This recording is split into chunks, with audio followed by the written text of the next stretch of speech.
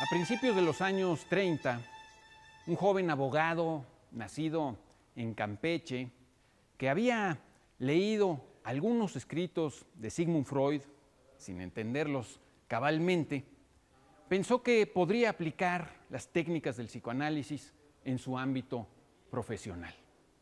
Raúl Carrancá y Trujillo, que así se llamaba este abogado, decidió psicoanalizar a un marido celoso que había matado a su mujer, con objeto de formarse una idea más completa del perfil psicológico de este asesino. Los resultados de aquel psicoanálisis rupestre, al parecer el primero llevado a cabo con fines judiciales en nuestro país, no fueron espectaculares. Después de varias sesiones de análisis, el abogado e improvisado psicoanalista concluyó que el asesino padecía del complejo de Edipo. Pero, como el propio Freud había señalado, esto no tiene ninguna relevancia, puesto que, según su teoría, todos los varones padecemos del mismo complejo. No seré yo quien emita un juicio concluyente acerca de las teorías de Sigmund Freud. Encuentro algunas de sus afirmaciones tan fascinantes como estrambóticas, pero lo mismo me sucede con otros autores de genio indiscutible. Solo puedo decir que, por no haberse comprobado mediante experimentos controlados, siguiendo las reglas del método científico, sus postulados quizá haya que tomarlos con un grano de sal. No obstante, e indiscutiblemente, sus ideas y sus libros forman ya parte del legado cultural de Occidente. La terapia psicoanalítica propuesta por Freud presupone conceptos básicos como asociación libre, análisis de los sueños, lapsus, estrategias inconscientes, pulsiones, catarsis, transferencia, etc. Pero, simplificando muchísimo, puede decirse que consiste esencialmente en hablar, en que el paciente exprese sus emociones y sentimientos para con sus padres, su pareja, sus hijos, su pasado, sus sueños, sus problemas, etc. Desde luego, todo este hablar debe conducir, ideal y eventualmente, a que el paciente adquiera una mejor comprensión de sí mismo y a que encuentre un mejor sentido a su vida. Pero la idea de que contar con sinceridad y con libertad nuestras angustias, nuestros problemas y temores nos hace bien, no es desde luego una exclusiva de Sigmund Freud. Desde tiempos ancestrales, en diversas culturas, se ha asumido que expresarnos nos alivia y nos sienta bien. Los católicos, por ejemplo, cuentan desde el siglo III con el sacramento de la confesión, también llamado sacramento de penitencia o de reconciliación. Aunque el catecismo señala varios componentes de este sacramento, como el examen de conciencia y la contrición, el núcleo más patente del mismo es la confesión propiamente dicha, cuando el feligrés, emocionado, revela sus pecados al sacerdote. Millones de creyentes se han aliviado siquiera un poco después de arrodillarse en un confesionario para contar sus culpas y sus cuitas. Sin embargo, que yo sepa, los católicos tampoco han medido objetivamente los beneficios de la confesión. Quizá las primeras mediciones objetivas que relacionaron a las emociones con sus efectos fisiológicos hayan sido las que se hicieron para medir los síntomas que provoca el estrés. En la primera mitad del siglo XX, Alexander Luria, discípulo de Vygotsky y de quien hemos hablado ya en varias ocasiones, estaba buscando determinar las reacciones fisiológicas que tienen las emociones fuertes. Pensó que una buena manera de hacerlo sería examinando a los sospechosos acusados de crímenes graves y esperaba encontrar que las personas culpables sintieran emociones fuertes tanto al oír los detalles del crimen que habían cometido como al escuchar los detalles del castigo que podría esperarles. En cambio, Las personas inocentes no sentirían fuertes emociones al escuchar los detalles de un crimen que no habían cometido, pero sí al escuchar los detalles de los castigos que podrían recibir. De ahí a los detectores de mentiras solo había que superar obstáculos técnicos.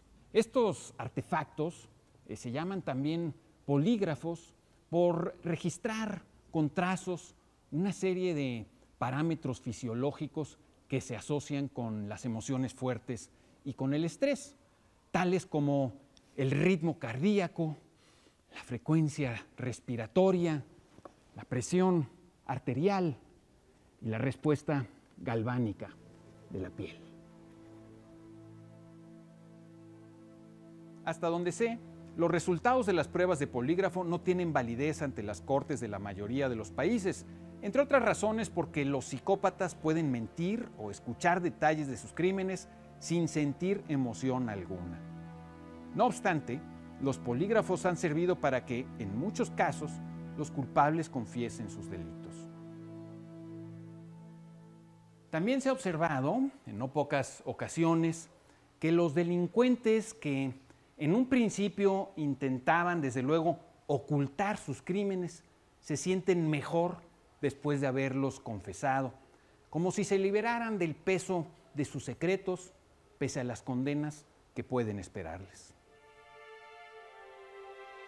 En 1988, el doctor James Pennebaker realizó un famoso estudio con 50 estudiantes universitarios durante 4 días seguidos.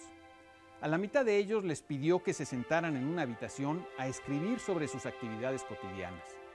A la otra mitad les pidió que escribieran acerca de alguna experiencia traumática que hubieran padecido. 6 semanas después, los estudiantes que habían escrito sobre su experiencia traumática reportaban estar de mucho mejor humor y gozaban de mejor salud que aquellos que simplemente habían escrito sobre sus actividades cotidianas. Desde luego, nadie leía, ni mucho menos calificaba, los escritos de los participantes. Este experimento de Pennebaker abrió el camino para que otros investigadores intentaran medir cuáles son los efectos que tiene el escribir acerca de nuestras emociones más intensas. Y así, en 1999, Joshua Smith y Arthur Stone realizaron un experimento con enfermos de asma y artritis reumatoide que ya recibían tratamiento médico. De nueva cuenta, formaron 2 grupos, uno de control y otro que escribiría durante 20 minutos diarios, 4 días seguidos, acerca de la experiencia emocional que les provocara un estado de mayor tensión, angustia o tristeza.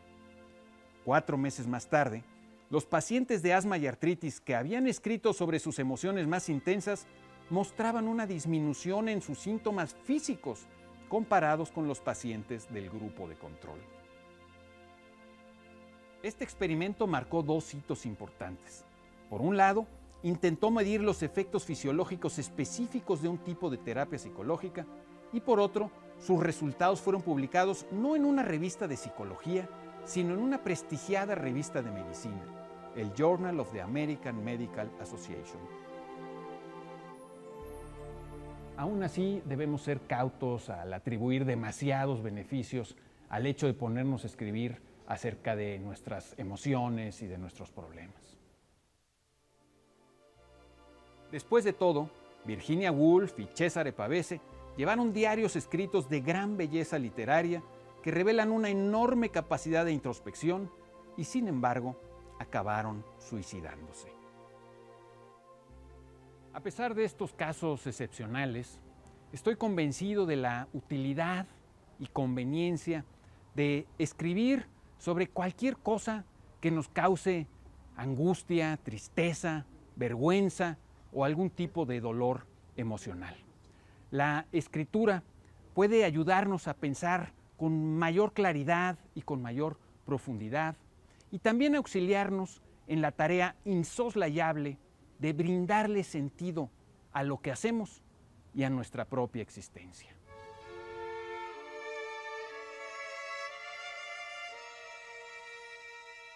El tema da para mucho más, pero no nuestro tiempo. Para terminar, volvamos al abogado mexicano Raúl Carrancá y Torrijos que mencionamos al principio y a la conclusión a la que llegó al analizar como pudo al marido celoso que había asesinado a su esposa.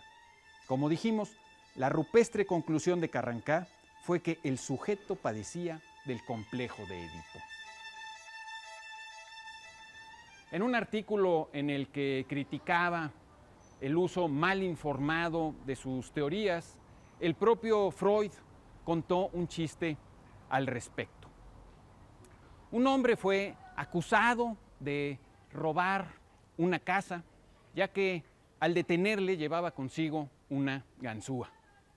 Cuando el juez lo encuentra culpable y le explica en base a qué evidencia van a condenarlo, el hombre exclama: «Señoría, deténgame usted también por adulterio». «¿Por qué?», pregunta el juez. «Pues porque también llevo conmigo el instrumento necesario para cometer este crimen». Humor bien es, humor bien es. Soy Pablo Boullosa. Hoy estuvimos en el Centro Cultural Elena Garro, un espacio de belleza y libros en Coyoacán.